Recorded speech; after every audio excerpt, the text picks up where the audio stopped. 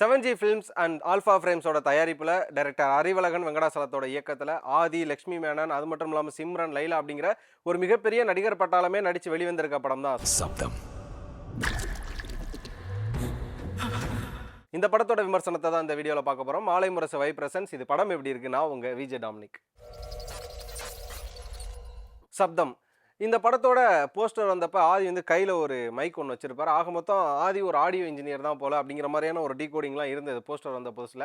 அதுக்கப்புறமா வந்து அடுத்தடுத்த அப்டேட்ஸ் பார்க்கும்போது ஓகே இது வந்து ஒரு ஹாரர் பேஸ்டான ஒரு படம். அது மட்டும் இல்லாமல் இது ஈரப்படத்தோட இயக்குனர் இல்லையா, ஆல்ரெடி ஆதியை வச்சு ஈரம் அப்படிங்கிற ஒரு ஹாரர் ஃபிலிம் எடுத்த ஒரு இயக்குனர் அடுத்து சப்தம்ங்கிற ஒரு ஹாரர் ஃபிலிம் எடுக்க போகிறாரு.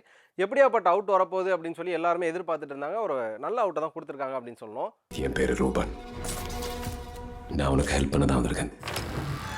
சப்தம் இந்த படத்தோட ஒன்லைன் என்ன அப்படின்னு பார்த்தீங்கன்னா, மூணாறில் இருக்கக்கூடிய ஹோலி ஏஞ்சல் அப்படிங்கிற ஒரு மெடிக்கல் காலேஜில் அடுத்தடுத்து நிகழக்கூடிய மரணங்கள். இந்த மரணத்துக்கு பின்னாடி என்ன மாதிரியான மர்மங்கள் இருக்குது, இந்த கொலைக்கான காரணங்கள்லாம் யார் அப்படிங்கிற மாதிரியான ஒரு இன்வெஸ்டிகேஷனும் போயிட்டு இருக்கு. ஒரு கட்டத்தில் தான் தெரியுது இது வந்து கொஞ்சம் ஒரு ஹாரர் ஃபிலிம் அப்படிங்கிற மாதிரியான ஒரு ஜேர்னர்லேயே வருது. காரணம் என்னன்னா, அது நடக்கக்கூடிய மரணங்களாக இருக்கட்டும், அதில் இருக்கக்கூடிய அந்த சயின்ஸாக இருக்கட்டும், இது மாதிரியான விஷயங்கள்லாம் பார்க்கும்போது ஓகே இதுக்கு பின்னாடி ஏதோ ஒரு துஷ்ட சக்தி இருக்குது அப்படிங்கிற மாதிரியான ஒரு விஷயங்களும் இருக்குது.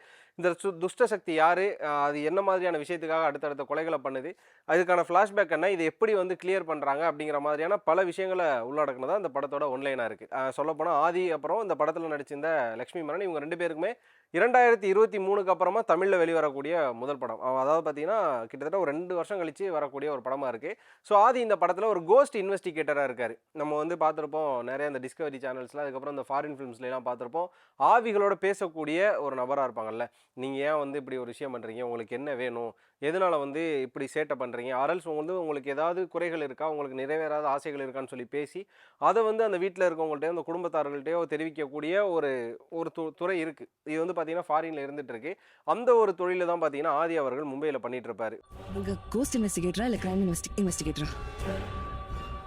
ஒரு கட்டத்தில் பார்த்தீங்கன்னா இந்த காலேஜில் நடக்கக்கூடிய அடுத்தடுத்து மரணத்துக்கான காரணங்கள் ஏதோ ஒரு பிளாக் மேஜிக், அது மட்டும் இல்லாமல் அது ஒரு துஷ்ட சக்தி அப்படின்றாங்க.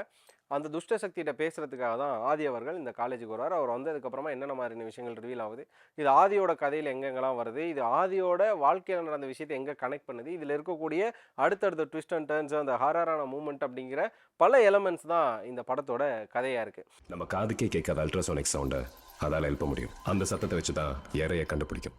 இந்த படம் பார்க்குறப்ப பார்த்தீங்கன்னா ஒரு கட்டத்தில் இந்த கான்ஸ்டன்டைன் அப்படிங்கிற ஒரு படம் ஒன்று இருக்கும். 90s கிட்ஸ் எல்லாருமே பார்த்து பயந்து அதுக்கப்புறம் ரசித்த ஒரு படம். கான்ஸ்டன்டைன் அப்படிங்கிற பேய் விரட்டர் ஒருத்தர் இருப்பார், சொல்லப்போனால் கோஸ்ட் இன்வெஸ்டிகேட்டர். அந்த நாட்டிலேயே அவரை மாதிரி சிறந்த பேய் ஓட்டுற நபர் இருக்கவே மாட்டார். ஒரு கட்டத்தில் அவர் இறந்தே போயிடுவார். அப்போ கூட வந்து ஒரு நல்லது பண்ணிட்டு போகிறதுனால சொர்க்கத்துக்கு போயிடுவார். உடனே என்ன பண்ணுவாங்கன்னா, நரகத்தில் இருக்கக்கூடிய கடவுள் வந்து உன்னை நான் நரகத்தில் வச்சு சித்திரவதை செய்யணும், அதனால் நீ இப்போ சாகக்கூடாதுன்னு சொல்லி திரும்ப உயிர் கொடுத்து அந்த மாதிரியான ஒரு விஷயங்கள்லாம் பண்ணுவார். அந்தளவு மிரட்டப்பட்ட ஒரு படம் தான் கான்ஸ்டன்டைன்.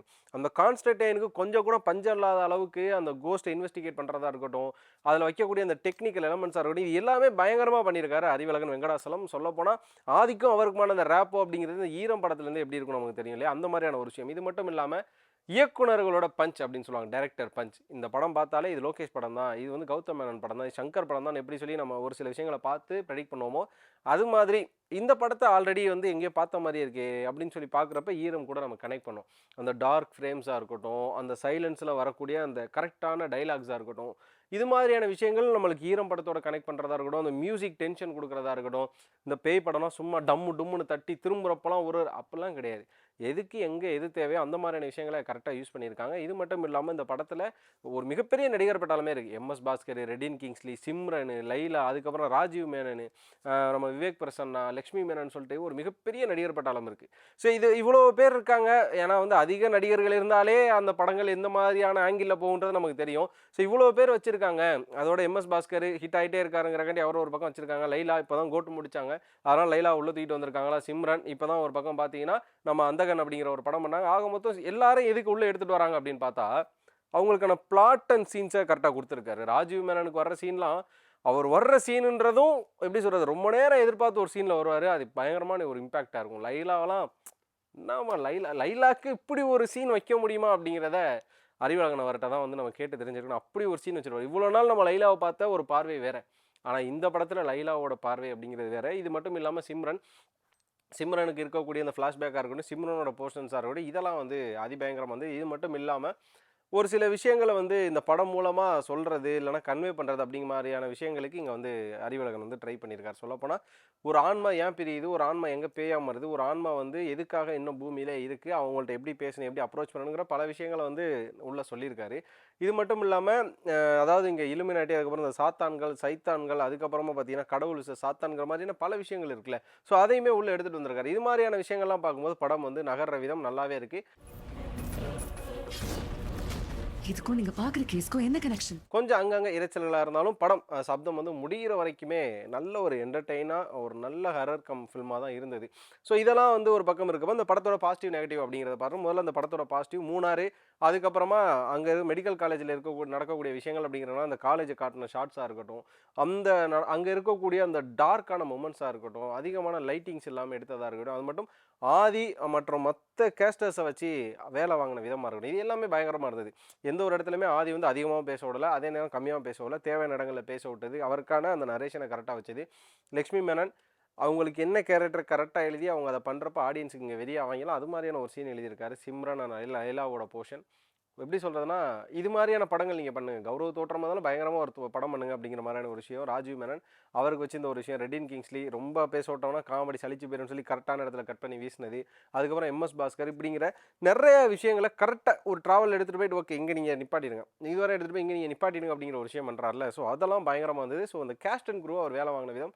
அதுக்கப்புறமா தமன் இந்த படத்தோட இசையமைப்பாளர்.